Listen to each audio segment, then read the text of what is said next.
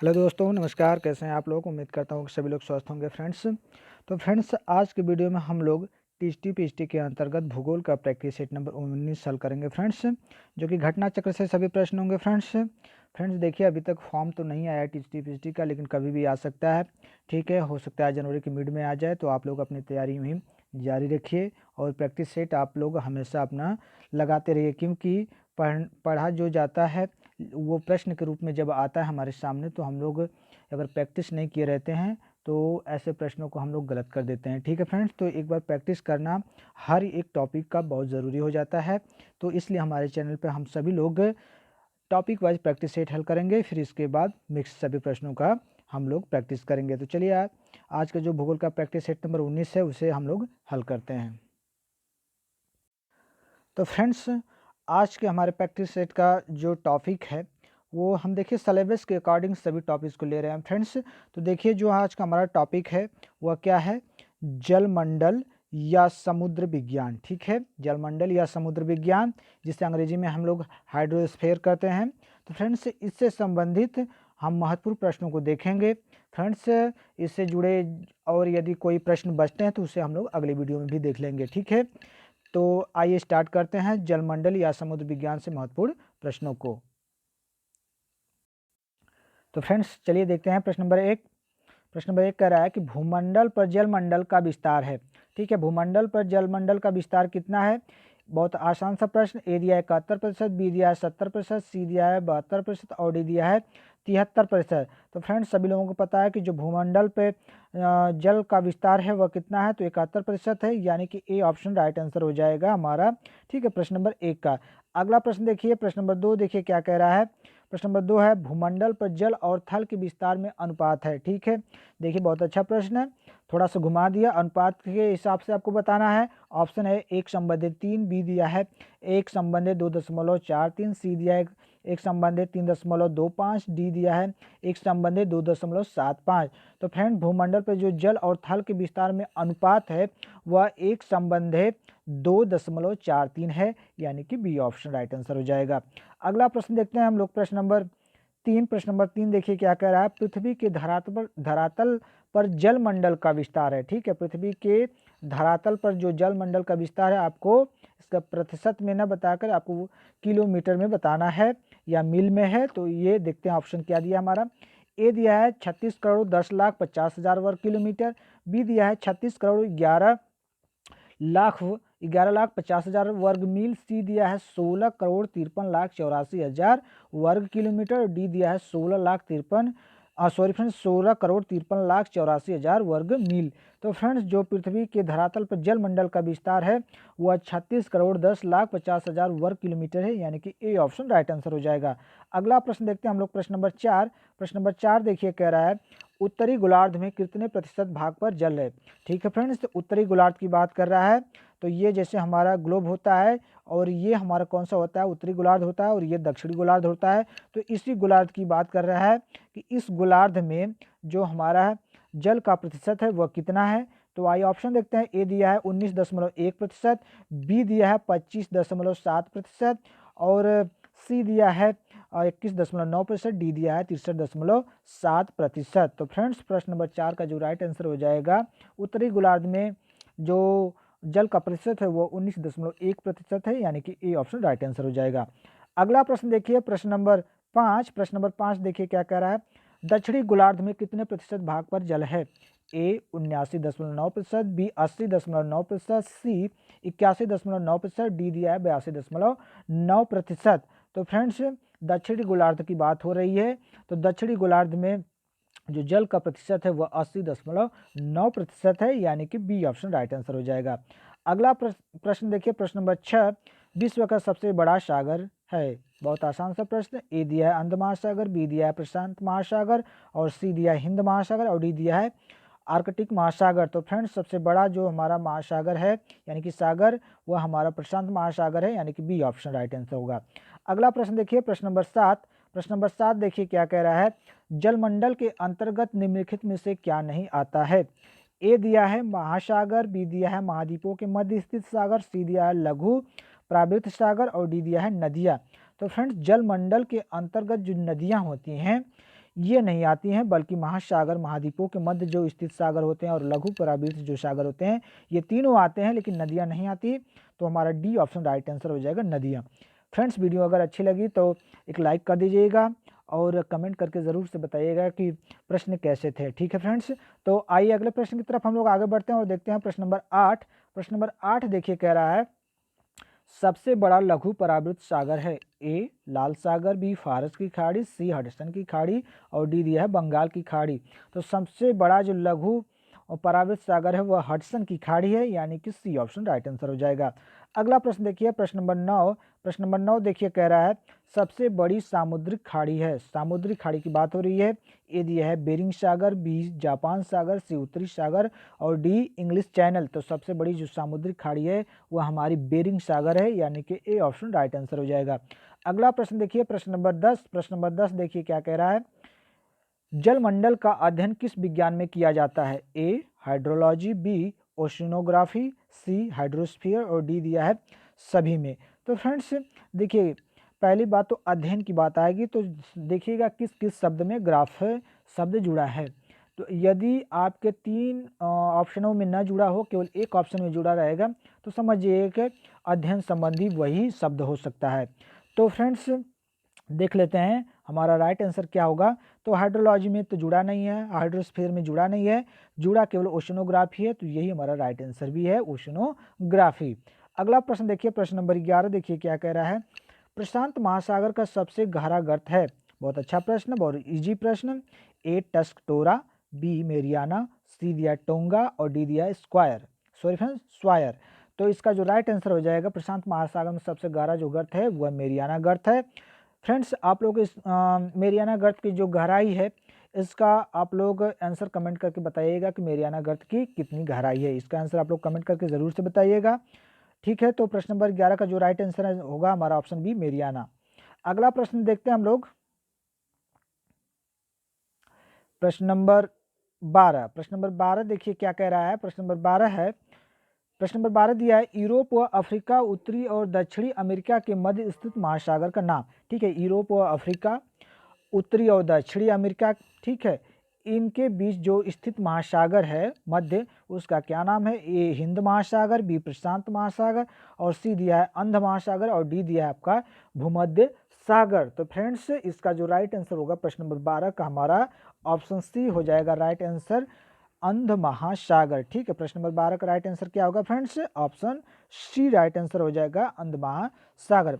आइए अगले प्रश्न की तरफ हम लोग आगे बढ़ते हैं और देखते हैं अगला प्रश्न, प्रश्न नंबर 13। प्रश्न नंबर 13 देखिए कह रहा है, यूरोप के पूर्वी भाग और अमेरिका के पश्चिमी भाग के मध्य स्थित महासागर का नाम है। ए प्रशांत महासागर, बी अंध महासागर, सी हिंद महासागर और डी दिया है जापान सागर। तो फ्रेंड्स यूरोप के पूर्वी भाग और अमेरिका के पश्चिमी भाग के मध्य जो स्थित महासागर है वह हमारा प्रशांत महासागर है, यानी ए ऑप्शन राइट आंसर हो जाएगा। अगला प्रश्न देखिए, प्रश्न नंबर 14। प्रश्न नंबर 14 देखिए कह रहा है, अंग्रेजी की यस अक्षर की आकृति के समान कौन सा महासागर। बहुत अच्छा प्रश्न है। अंग्रेजी की यस अक्षर की आकृति के जो समान महासागर है उसका क्या नाम है।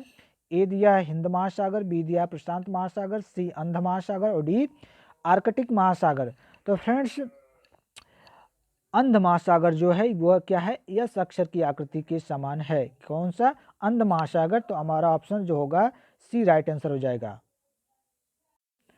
अगला प्रश्न देखिए, प्रश्न नंबर 15। प्रश्न नंबर 15 देखिए क्या कह रहा है, प्रश्न नंबर 15 कह रहा है, विश्व के प्रमुख महासागर एवं उनके सर्वाधिक गहरे गर्त प्रस्तुत हैं, गलत जोड़ा बताइए।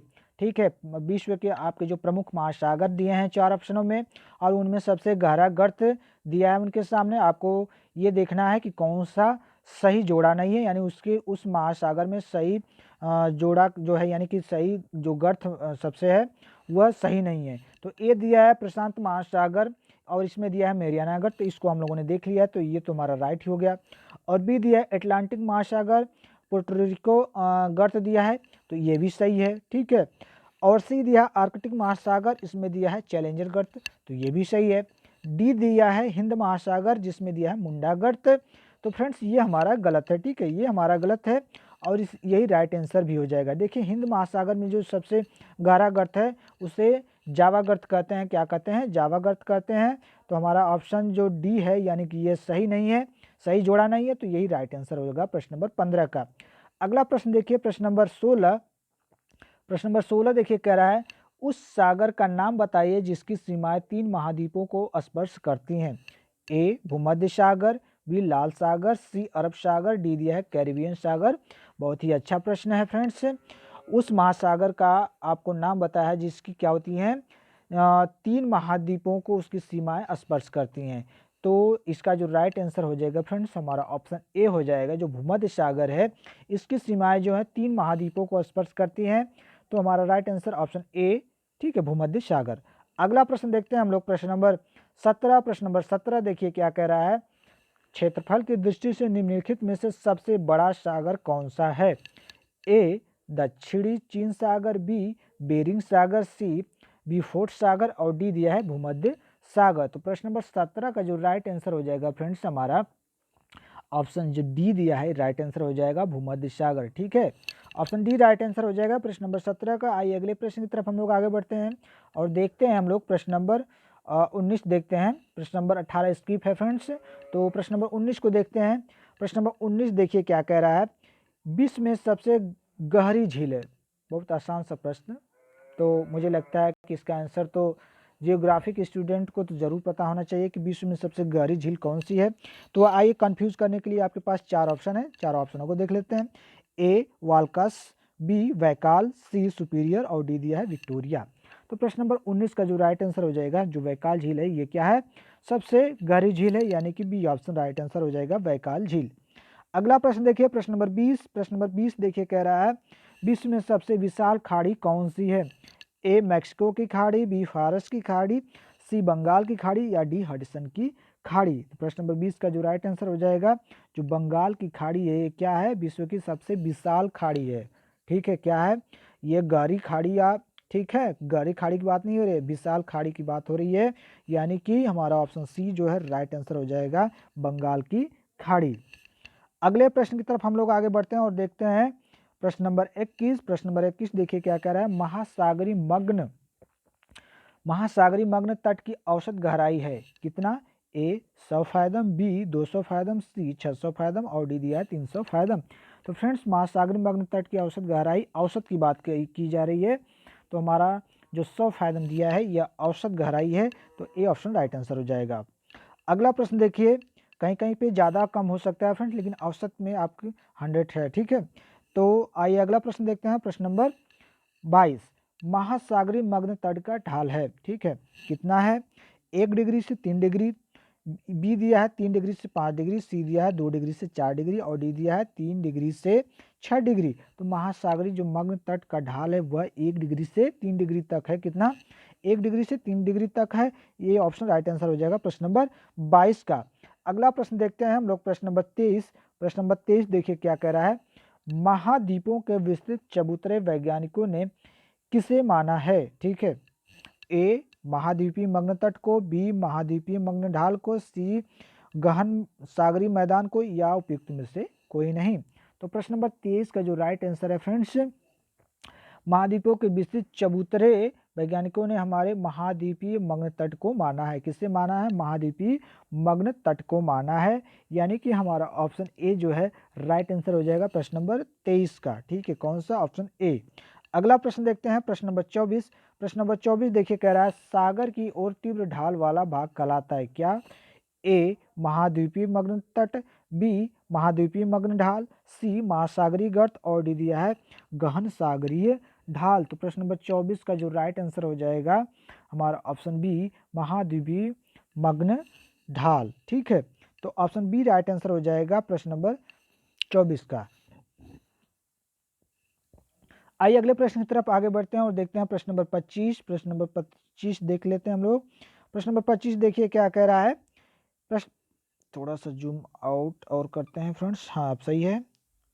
चलिए देखते हैं प्रश्न नंबर 25। प्रश्न नंबर 25 देखिए क्या कह रहा है, महाद्वीपों से महासागरों की ओर जाने पर महासागरीय नितलों का कौन सा क्रम सही है। देखिए फ्रेंड्स, प्रश्न लग रहा होगा कि लंबा है, तो टीजीटी पीजीटी में तो इस तरह के प्रश्न तो स्वाभाविक है, इस तरह के प्रश्न नहीं आएंगे तो फिर टीजीटी लेवल का एग्जाम का देने का क्या मतलब। ठीक है, तो इस तरह की प्रैक्टिस करना भी बहुत ज़रूरी होता है। ठीक है, तो देख लेते हैं। आपके पास 4 ऑप्शन दिए हैं प्रश्न नंबर 25 का। ए दिया है महाद्वीपीय मग्न तट, गहरे सागरीय मैदान, महाद्वीपीय मग्न ढाल, और दिया है महासागरीय गर्त। बी ऑप्शन में दिया है महाद्वीपीय मग्न तट, महाद्वीपीय मग्न ढाल, गहरे सागरीय मैदान, महासागरीय गर्त। सी में दिया है हमारा महाद्वीपीय मग्न ढाल, महाद्वीपीय मग्न तट, गहरे सागरीय मैदान, महासागरीय गर्त। और डी दिया है गहरे सागरीय मैदान, महासागरीय गर्त, महाद्वीपीय मग्न तट और महाद्वीपीय मग्न ढाल। तो ये 4 ऑप्शनों में आपको दिया है, सही क्रम आपको पहचानना है। तो प्रश्न नंबर 25 का जो सही क्रम होगा फ्रेंड्स हमारा ऑप्शन बी हो जाएगा, महाद्वीपीय मग्न तट, महाद्वीपीय मग्न ढाल, गहरे सागरीय मैदान, महासागरीय गर्त। तो सबसे पहले हमारा महाद्वीपीय मग्न तट होगा, फिर महासागरीय मग्न ढाल होगा, फिर इसके बाद गहरे सागरीय मैदान, फिर महासागरीय गर्त होगा। तो यानी ऑप्शन बी जो है ये राइट आंसर हो जाएगा प्रश्न नंबर 25 का। अगले प्रश्न की तरफ हम लोग आगे बढ़ते हैं और देखते हैं प्रश्न नंबर 26। प्रश्न नंबर 26 देखिए क्या कह रहा है, महाद्वीपीय मग्न तट एवं गहरे सागरीय मैदानों के मध्य स्थित है क्या? ए महाद्वीपीय मग्न ढाल, बी महासागरीय गर्त, सी महाद्वीपीय मग्न तट, या इनमें से कोई नहीं। तो प्रश्न नंबर 26 का जो राइट आंसर हो जाएगा, महाद्वीपीय मग्न तट एवं गहरे सागरीय मैदानों के मध्य जो है क्या है, तो महाद्वीपीय मग्न ढाल है। तो हमारा ए ऑप्शन राइट आंसर हो जाएगा प्रश्न नंबर 26 का। अगला प्रश्न देखिए, प्रश्न नंबर 27 देखिए क्या कह रहा है, महासागरीय नितलों के स्वरूपों में से किसका सागर तल सबसे गहरा है? ए महाद्वीपीय मग्न तट, बी महाद्वीपीय मग्न ढाल, सी गहरे सागरीय मैदान, और डी दिया है महासागरीय गर्त। देखिए फ्रेंड्स, ये प्रश्न जो है आपको जल्दी देखने को नहीं मिलेंगे, क्योंकि मैं ऐसे केवल ये घटना चक्र के ही नहीं प्रश्न है फ्रेंड्स, ये मिक्स प्रश्न है। मैं इन प्रश्नों को कई किताबों में से ढूंढ ढूंढ के आप लोगों के लिए लाया हूं। तो आप लोग ये मत समझिएगा कि घटना चक्र के हमने बुक उठा लिया केवल उसी को हम करा रहे हैं। तो घटना चक्र में होता है क्या है कि प्रीवियस ईयर्स के सभी प्रश्न होते हैं फ्रेंड्स, लेकिन ये प्रश्न आपके प्रैक्टिस सेट में केवल आए हुए प्रश्न नहीं है। इस तरह के प्रश्न आपको देखने को मिल सकते हैं, तो ऐसे प्रश्नों को आप जरूर एक बार हल करिए। तो प्रश्न नंबर 27 का जो राइट आंसर हो जाएगा हमारा ऑप्शन सी होगा फ्रेंड्स, गहरे सागरीय मैदान। अगला प्रश्न देखते हैं, प्रश्न नंबर 28। प्रश्न नंबर 28 देखिए कह रहा है, विश्व में सबसे अधिक गहरा महासागरीय गर्त मेरियाना गर्त है जो स्थित है। देखिए प्रश्न थोड़ा सा घुमा दिया। प्रश्न नंबर ये हम लोग पहले देख चुके हैं। कह रहा है कि विश्व में जो महासागर में सबसे गहरा गर्त मेरियाना गर्त है वह किस महासागर में, ठीक है। तो सभी लोगों को पता है कि आपके प्रशांत महासागर में है, तो ए ऑप्शन राइट आंसर हो जाएगा। अगला प्रश्न देख लेते हैं हम लोग, प्रश्न नंबर 29। प्रश्न नंबर 29 देखिए कह रहा है, महासागरों और सागरों को तापमान प्राप्त होता है? ए सूर्य से, बी गर्म जलधाराओं से, सी ज्वार ऊर्जा से, और डी दिया है ज्वालामुखी उद्गारों से। तो सभी लोगों को पता है कि महासागरों और सागरों को तापमान जो प्राप्त होता है वह सूर्य से प्राप्त होता है। यहाँ तक कि पृथ्वी पर सभी जो ऊर्जा का स्रोत है वो हमारा क्या है, सूर्य है। इसके बाद जो है कृत्रिम जो होगा आपका तापमान का स्रोत वह दूसरे हो सकते हैं, लेकिन जो प्राकृतिक होता है हमारा सूर्य ही है। तो हमारा ऑप्शन ए राइट आंसर हो जाएगा प्रश्न नंबर 29 का। अगला प्रश्न देखते हैं हम लोग, प्रश्न नंबर 30।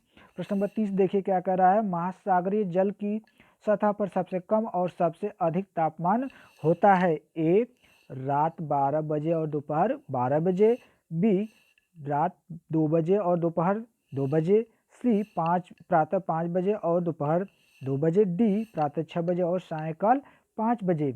तो फ्रेंड्स प्रश्न नंबर 30 बहुत अच्छा ही प्रश्न है, बहुत ही वेरी इंपॉर्टेंट प्रश्न हो जाता है। तो इसका राइट आंसर देखिए क्या हो जाएगा हमारा ऑप्शन सी जो दिया है, प्रातः 5 बजे और दोपहर 2 बजे, ठीक है। ये क्या होता है, महासागरीय जल की सतह पर सबसे कम और सबसे अधिक तापमान होता है कब?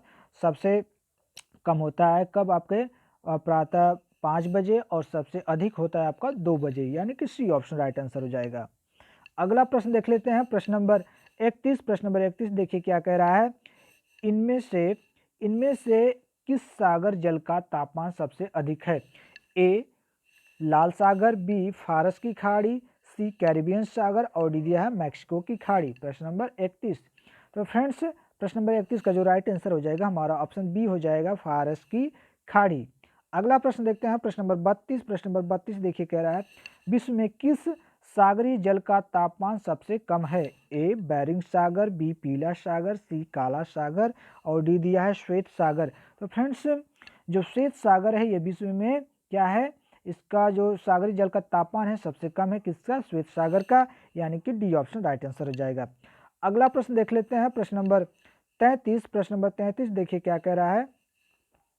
प्रश्न नंबर 33 है, सामुद्रिक तापमान के वितरण को प्रभावित करने वाले तत्वों में से कौन सा तत्व सबसे अधिक प्रभावकारी है?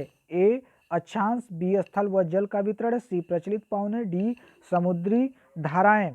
तो फ्रेंड्स प्रश्न नंबर 33 का जो राइट आंसर हो जाएगा हमारा ऑप्शन ए हो जाएगा, अक्षांश। ठीक है, अगला प्रश्न देख लेते हैं, प्रश्न नंबर 34। प्रश्न नंबर 34 देखिए कह रहा है, सागरी जल की लवणता में सबसे अधिक प्रतिशत किस लवण का होता है? A sodium chloride, B magnesium chloride, C calcium chloride और डी है मैग्नीशियम सल्फेट। प्रश्न नंबर 34 बहुत अच्छा प्रश्न है। तो इसका जो राइट आंसर हो जाएगा, सागरी जल की लवणता में सबसे अधिक प्रतिशत होता है हमारे सोडियम क्लोराइड का। ठीक है, किसका? सोडियम क्लोराइड का, यानी कि ए ऑप्शन राइट आंसर हो जाएगा। अगला प्रश्न देखिए, प्रश्न नंबर 35। प्रश्न नंबर 35 कह रहा है, सागरी जल में सबसे कम लवणता का प्रतिशत है, किसका? A potassium sulphate, B calcium carbonate, C magnesium bromide, C calcium bromide. तो प्रश्न नंबर 35 का जो राइट आंसर हो जाएगा फ्रेंड्स हमारा ऑप्शन सी हो जाएगा, मैग्नीशियम ब्रोमाइड का जो सागरी जल में होता है सबसे कम लवणता होता है, यानी सी ऑप्शन राइट आंसर हो जाएगा, मैग्नीशियम ब्रोमाइड। अगला प्रश्न देखते हैं हम लोग, प्रश्न नंबर 36। प्रश्न नंबर 36 देखिए कह रहा है, सामुद्रिक जल का घनत्व बताइए तथा इनमें से किस कारक से प्रभावित नहीं होता है? तो फ्रेंड्स प्रश्न नंबर 36 का जो राइट आंसर हो जाएगा हमारा ऑप्शन बी हो जाएगा। ठीक है, बी हो जाएगा, पौने हो जाएगा। ठीक, कौन सा? पौने। ठीक है, ये प्रश्न में थोड़ा सा आंसर पूरा सही नहीं दिया है, क्योंकि इसका घनत्व भी पूछा था तो घनत्व इसमें नहीं दिया है, तो ये केवल कारक दिया है, तो कारक में हम केवल किसे मारेंगे? बी को मारेंगे, पौने को। ठीक है, अगला प्रश्न देख लेते हैं हम लोग, प्रश्न नंबर 37। प्रश्न नंबर 37 देखिए क्या करा है, जल में तापमान अधिक होने पर घनत्व होता है। ठीक है, जल में तापमान अधिक होने पर घनत्व क्या होता है? ए कम होता है, बी अधिक होता है, सी समान होता है, या उपयुक्त में से कोई नहीं। तो फ्रेंड्स प्रश्न नंबर 37 का जो राइट आंसर हो जाएगा, जल में जब तापमान अधिक होता है तो उसका घनत्व कम होने लगता है, यानी कि C option sorry friends A option right answer होगा, कम। अगला प्रश्न देखते हैं हम लोग, प्रश्न नंबर 38। प्रश्न नंबर 38 देखिए कह रहा है, जल में अधिक दाब के कारण घनत्व होता है, क्या होता है? ए कम, बी अधिक, सी समान, या डी उपयुक्त में से कोई नहीं। तो फ्रेंड जल में अधिक अगर ताप होता है दाब होता है तो उसका घनत्व अधिक होने लगता है दाब के कारण, तो बी ऑप्शन राइट आंसर हो जाएगा, अधिक। अगला प्रश्न देखिए, प्रश्न नंबर 39। प्रश्न नंबर 39 देखिए क्या कह रहा है, खारेपन की अधिकता के कारण जल का घनत्व क्या होता है? देखिए यदि किसी जल में अगर खारेपन की अधिकता होने लगे तो उसमें क्या होगा, उस जल का घनत्व क्या होगा फ्रेंड्स? तो बढ़ने लगता है, यानी कि ए ऑप्शन राइट आंसर हो जाएगा, बढ़ता है। अगला प्रश्न देख लेते हैं फ्रेंड्स, और ये आखिरी प्रश्न है इस प्रैक्टिस सेट का। तो प्रश्न नंबर हमारा 40 देखिए क्या है, प्रश्न नंबर 40 कह रहा है, सार गैसों सागर स्थित है। ठीक है, कहाँ? हिंद महासागर में, प्रशांत महासागर में, अंध महासागर में है, या आर्कटिक महासागर में?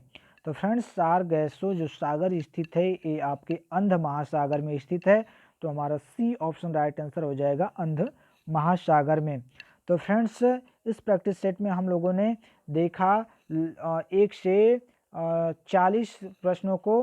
तो फ्रेंड्स मुझे उम्मीद है कि यह प्रश्न जो हमारा टॉपिक था जलमंडल या समुद्र विज्ञान, इससे जो महत्वपूर्ण प्रश्न हम लोगों ने 40 महत्वपूर्ण प्रश्नों को देखा। वीडियो काफ़ी लंबी हो रही है फ्रेंड्स, तो इसके आगे के प्रश्नों को हम लोग आगे वाले प्रैक्टिस सेट में हल करेंगे, क्योंकि कुछ और महत्वपूर्ण प्रश्न हैं जो समुद्र विज्ञान है, थोड़ा सा यह जो टॉपिक है ब्रॉड है, तो इससे संबंधित और प्रश्न बच रहे हैं जिनको हम लोग अगले वीडियो में देखेंगे। तो फ्रेंड्स यह वीडियो आप लोगों को कैसी लगी? उम्मीद करता हूँ कि आप लोगों के लिए हेल्पफुल होगी। यदि वीडियो अच्छी लगे तो लाइक कर दीजिएगा, दोस्तों को शेयर कर दीजिए, और चैनल पे नए हैं तो चैनल को सब्सक्राइब कर दीजिए। अगले वीडियो के लिए तब तक वेट करते हैं। थैंक यू, धन्यवाद।